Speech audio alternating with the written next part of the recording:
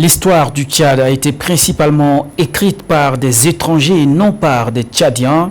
Ce sont les propos du docteur Arnaud Dingamnadi, président de la Commission scientifique nationale chargée de réécrire l'histoire du Tchad. Vous l'entendrez.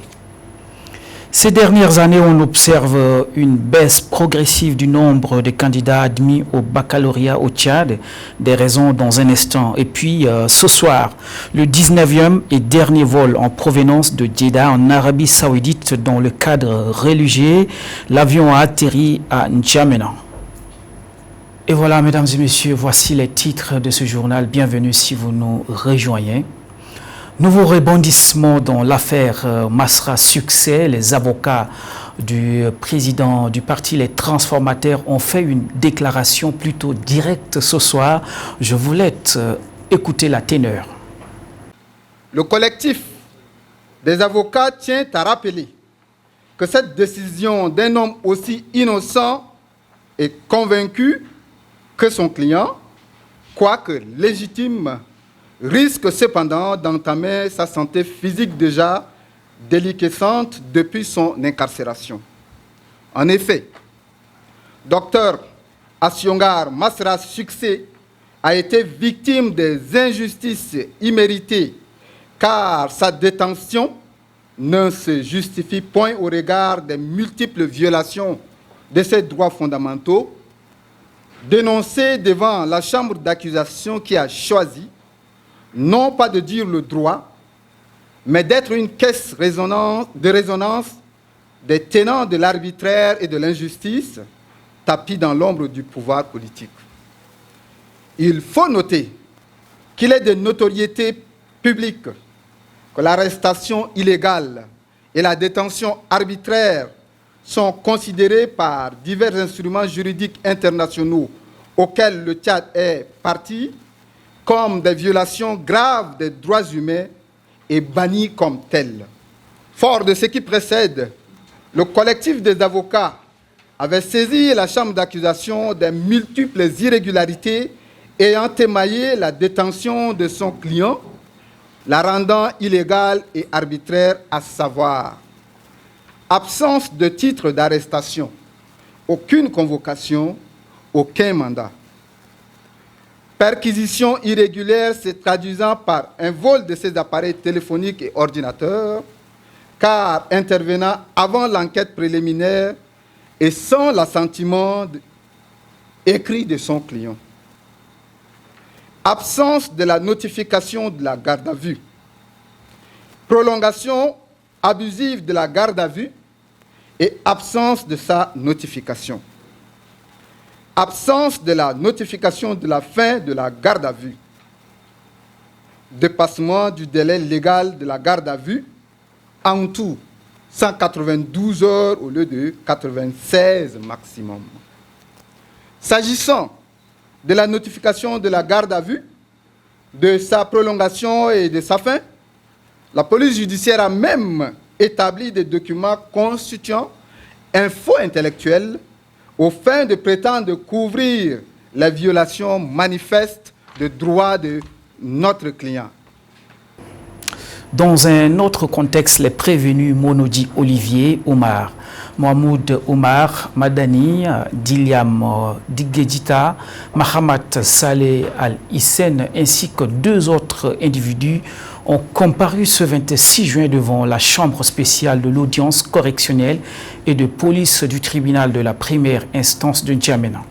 Après examen de demande de mise en liberté provisoire formulée par leur conseil, cette demande a été rejetée par la juridiction.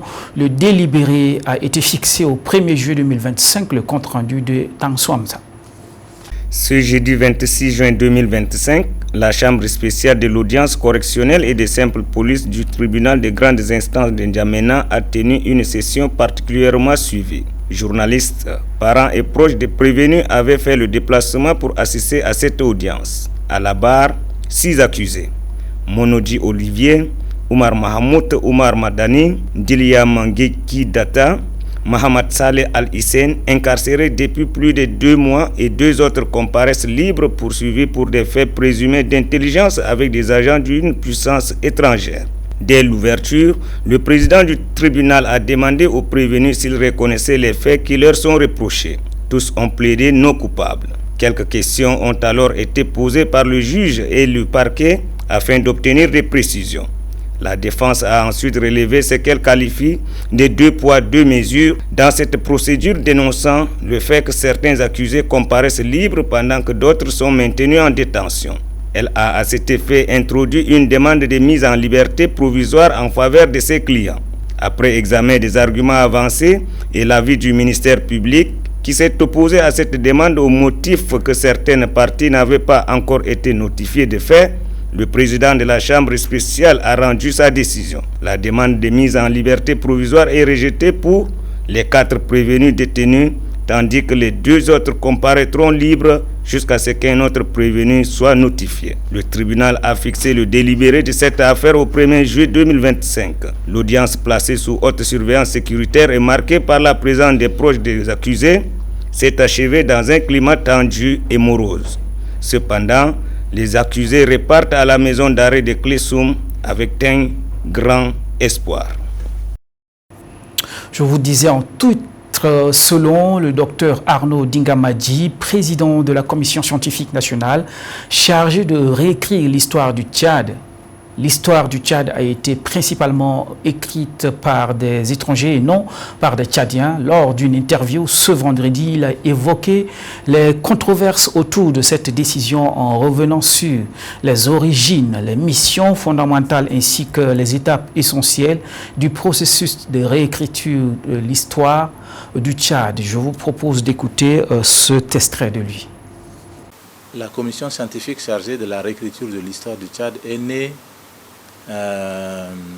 de la volonté du chef de l'État de donner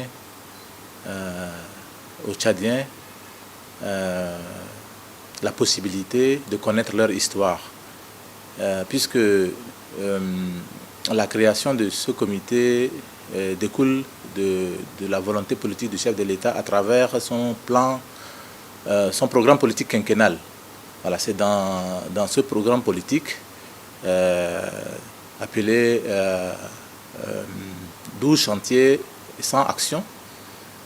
Donc le 12e chantier et les actions 90 et 91 portent sur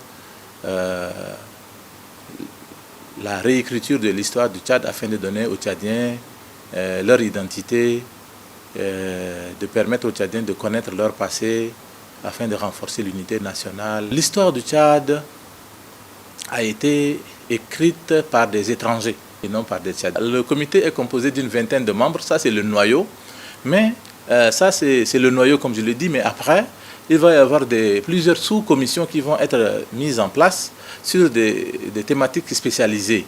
Voilà. Et donc au fur et à mesure, la commission va prendre une nouvelle voilure. Voilà.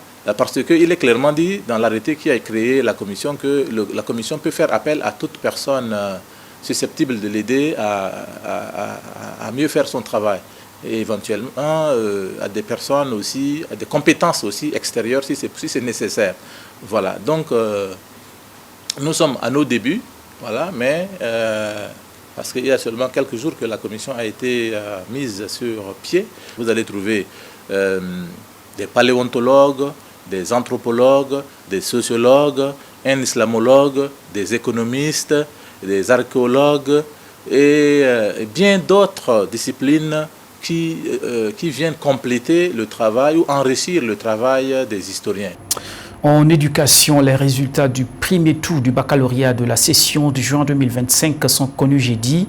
Sur un total de 104 440 candidats, 23 374 ont été admis d'office, représentant environ 22,37%, tandis que 26 854, soit environ 25,71% ont été déclarés admissibles. Ces dernières années, on observe une baisse progressive du nombre de candidats admis au baccalauréat au Tchad. Quelles sont, selon vous, les raisons de cette diminution du nombre d'admis lors des examens nationaux? Les explications de Pafing Djouré Omer rendues par Assiam Kandjara. Depuis plus de 3 ans, les résultats du baccalauréat tchadien sont en chute libre. Cette décroissance reflète l'image d'un système éducatif enclin à une baisse des niveaux déplorables. Avec un piètre taux de réussite au premier tour de 23,3%, cette session 2025 marque un recul historique et sans rappel.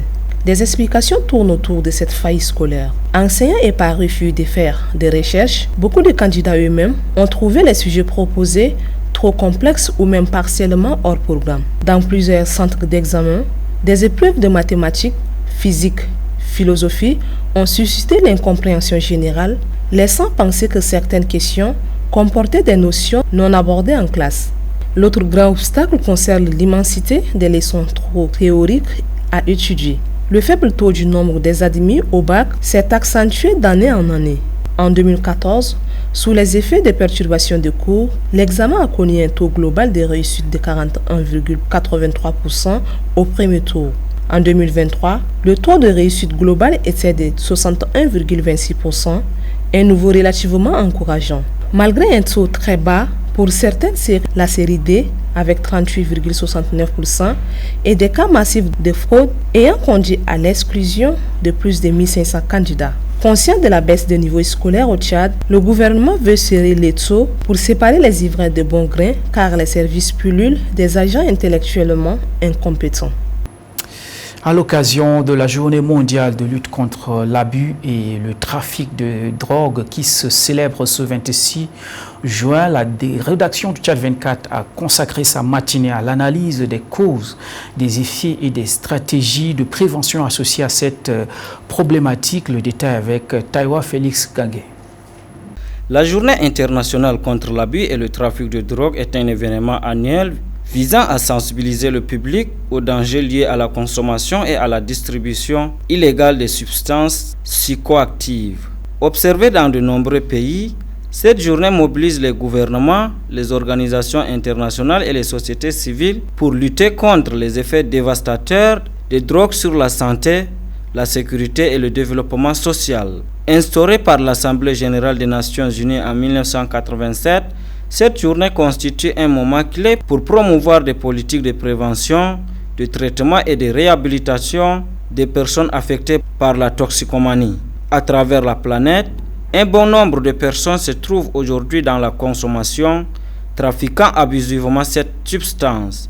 Du point de vue sanitaire, l'abus de drogue influence généralement sur le consommateur. Le trafic de drogue est un problème communautaire qui a des conséquences. Les crimes violents issus du trafic de drogue illicite comprennent habituellement les invasions de domicile, les vols qualifiés et les menaces. Le trafic de drogue peut également entraîner une augmentation du nombre de crimes contre les biens comme des vols. Pour prévenir l'abus et le trafic de drogue, il est essentiel de mettre en œuvre une approche combinant la prévention et la répression. Cela implique l'éducation, la sensibilisation, le développement des compétences psychosociales, le soutien aux familles, la réduction des demandes, le renforcement de la coopération internationale et le démantèlement des réseaux criminels.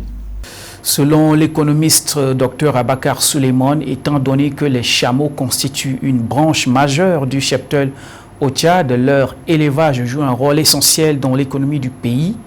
La récente classification du Tchad par l'Organisation des Nations Unies pour l'alimentation en tête des pays mondiaux en matière d'élevage des chameaux souligne l'importance stratégique de cette activité pour le développement économique national. Dr Abakar est interrogé par Pafing Djoré-Omer. Écoutez.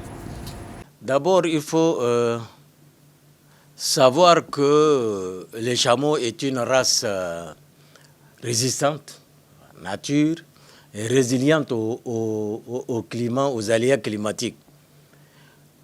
Rappelez-vous que le président de la République, chef de l'État, le maréchal Mahamat Idriss Déby Itno, dans son projet de société à la population, a dit ceci: je m'emploierai à développer des filières durables afin de garantir notre souveraineté alimentaire, lutter contre la malnutrition et surtout la sécurité alimentaire et nutritionnelle de la population du Tchad.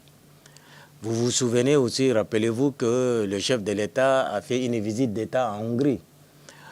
et une mission est venue en N'Djamena. Sachez qu'une équipe aujourd'hui chevronnée, des experts nationaux tchadiens est à pied d'œuvre au laboratoire de Farsha en N'Djamena, qui est en train de faire une trouvaille, de recherche de trouvaille scientifique sur les propriétés du lait de chamel, sa composition afin de le valoriser, le lait.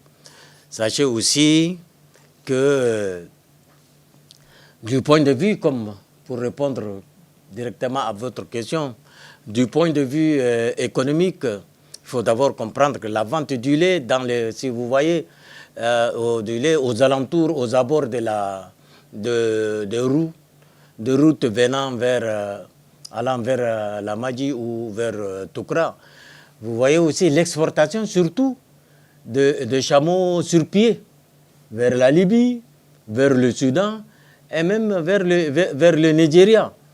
Vous avez la vente des viandes grillées, la viande fraîche, parce que les gens ont trouvé certaines propriétés dans la viande des chameaux. Donc tout cela, pour répondre à votre question, tout cela fait donc un apport non négligeable dans l'économie du Tchad. Comme vous le savez, l'économie tchadienne est agro-silvo-pastorale.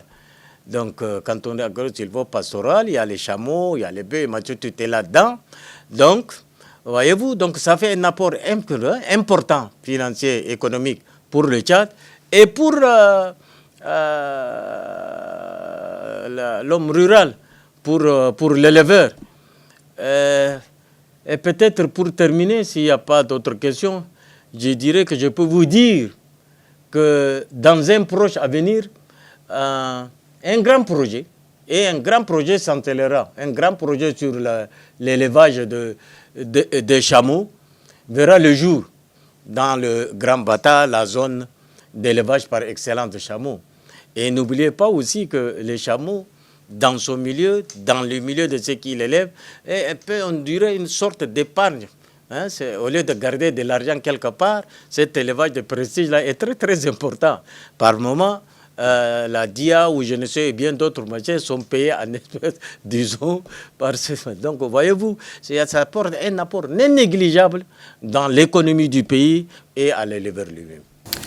Le mercredi 25 juin, Abaka Rosi Teguil, ministre du Développement touristique, de la Culture et de l'Artisanat, a inauguré la 4e édition du festival N'Djamena Film. La cérémonie d'ouverture a lieu à la Bibliothèque nationale et se poursuit du 25 au 28 juin. Alessé Moïse. Placée sous le thème « Le cinéma tchadien en lumière », la 4e édition du festival N'Djamena Film a pour objectif principal de former les jeunes passionnés du cinéma dans plusieurs domaines, notamment le jeu d'acteur, l'écriture de scénarios, fiction et documentaire, ainsi que les techniques de réalisation et de prise en vue. En présence des jeunes participants et des partenaires, le ministre du Développement touristique, de la Culture et d'Artisanat, Abaka Rosi Teguil, souligne que ce festival incarne la volonté collective de faire du cinéma un levier de développement culturel au Tchad. En ouvrant la 4e édition du festival du cinéma N'Djamena Film, événement phare de notre calendrier culturel, devenu au fil des ans un espace de célébration du talent, de l'imaginaire et de la créativité. Ces rendez-vous, bien au-delà d'un simple festival, est une affirmation de notre volonté collective de faire du cinéma un pilier de notre développement culturel. Ce festival célèbre le talent, l'imaginaire et la créativité du cinéma tchadien. En parallèle, les instruments financiers innovants, comme des incitations fiscales, ont été mis en place pour stimuler l'investissement privé et surmonter les défis de financement. La projection d'un film de 20 minutes a permis à clôturer la cérémonie de lancement du festival de N'Djamena Film.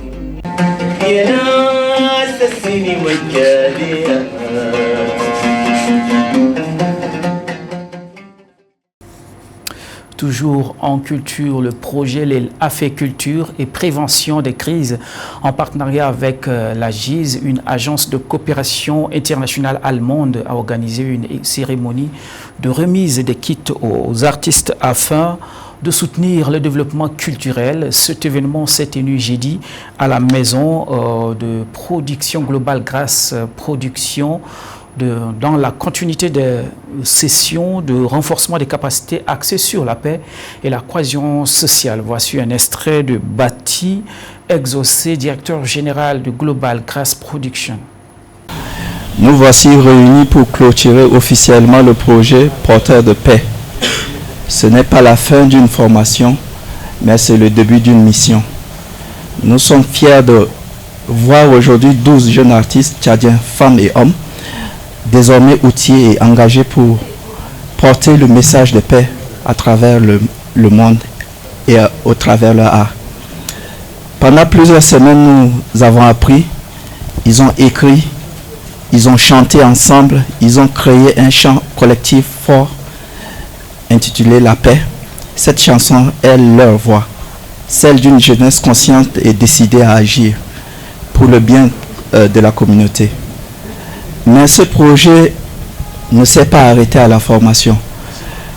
Pour permettre de continuer ce travail, chaque jeune artiste a reçu un kit composé d'une tablette numérique et d'un casque audio afin de renforcer leur capacité à produire, enregistrer et à partager leurs créations.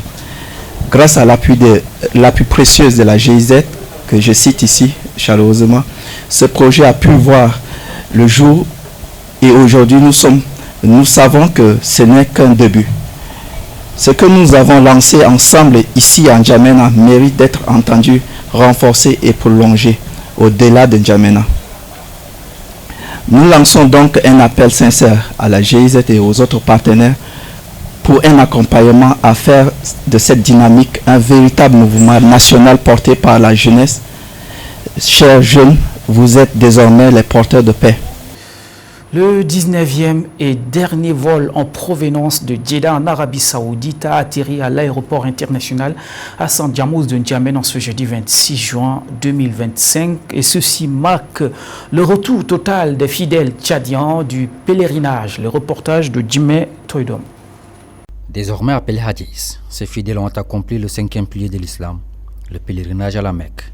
Ce titre de Hajj est attribué à tous ceux qui ont effectué ce voyage spirituel à Jeddah. Il symbolise non seulement l'obéissance à Dieu, mais aussi un engagement renouvelé à mener une vie plus pieuse et exemplaire. Selon les chiffres communiqués par l'organe de régulation de la gestion du pèlerinage, 6500 pèlerins ont accompli les rites du 5e pilier de l'islam cette année. Pour le président de l'organe de régulation de la gestion du pèlerinage, Idriss Dokini Adjiker, cette édition du pèlerinage a été marquée par quelques incidents regrettables. 3 pèlerins ont perdu la vie et plusieurs autres ont été blessés, notamment avec des cas de fractures. Des circonstances malheureuses, mais gérées avec diligence par les équipes médicales et les responsables sur place. Idriss Dokini Adjiker a exprimé sa satisfaction quant au déroulement général du pèlerinage. Il a remercié les plus hautes autorités pour leur soutien ainsi que l'ensemble des commissions, sous-commissions, compagnies aériennes et partenaires logistiques qui ont contribué à la réussite de ces sacrifices religieux d'envergure. Pour de nombreux hadiths, ce retour est le début d'une nouvelle étape spirituelle. Le pèlerinage ne marque pas seulement la fin d'un voyage physique, mais aussi le début d'un engagement moral profond envers Dieu et la communauté. C'est aussi un moment d'unité, de partage et de transmission de valeurs spirituelles au sein de la société tchadienne. Ça se passe maintenant hors de nos frontières. L'explosion d'un transformateur dans un lycée de Bangui qui a provoqué un mouvement de panique a fait des morts et des blessés au Kenya. Une manifestation s'est soldée par des morts, tandis qu'au Cameroun, l'ex-ministre de l'Emploi et de la Formation professionnelle démissionnaire annonce sa candidature à l'élection présidentielle. Et en Iran, 3 hommes accusés d'espionnage pendus. Le résumé de l'actualité avec Dela Nathalie. En Centrafrique, l'explosion d'un transformateur électrique au lycée Barthélemy Boganda de Bangui mercredi 25 juin dans l'après-midi a provoqué une bousculade alors qu'environ 5300 candidats composaient pour le baccalauréat. Le bilan fait état d'au moins 10 morts et des dizaines de blessés. Des enquêtes sont en cours afin d'élucider les circonstances de cet incident, a assuré le ministre de l'Éducation. 8 personnes ont été tuées et au moins 400 autres blessées au Kenya lors de la manifestation commémorant le premier anniversaire du mouvement citoyen de 2024, notamment dans la capitale Nairobi, où la police en grand nombre a affronté des jeunes pendant plusieurs heures. En fin de journée, une coalition d'une vingtaine d'ONG, dont la Commission kenyane des droits de l'homme et Amnesty International, a fait état d'au moins 400 blessés, dont 83 dans un état critique. Au Cameroun, Issa Chiroma Bakari, après avoir déposé sa démission auprès du Premier ministre, chef du gouvernement, le ministre de l'Emploi et de la formation professionnelle est désormais candidat déclaré à l'élection présidentielle. C'est par une lettre au Camerounais qu'il annonce son ambition 24 heures après son départ du gouvernement et sa rupture avec le président Paul Biya, dont il était l'un des principaux alliés. L'Iran a annoncé avoir pendu 3 hommes présentés comme des espions à la solde d'Israël. Au lendemain de l'entrée en vigueur d'une fragile trêve entre la République islamique et Israël, ces hommes qui tentaient d'importer de l'équipement pour mener des assassinats dans le pays ont été arrêtés et jugés pour coopération en faveur du régime sioniste. C'est la fin de cette édition. Merci de l'avoir suivi. Restez dans notre Tchad 24. L'information continue.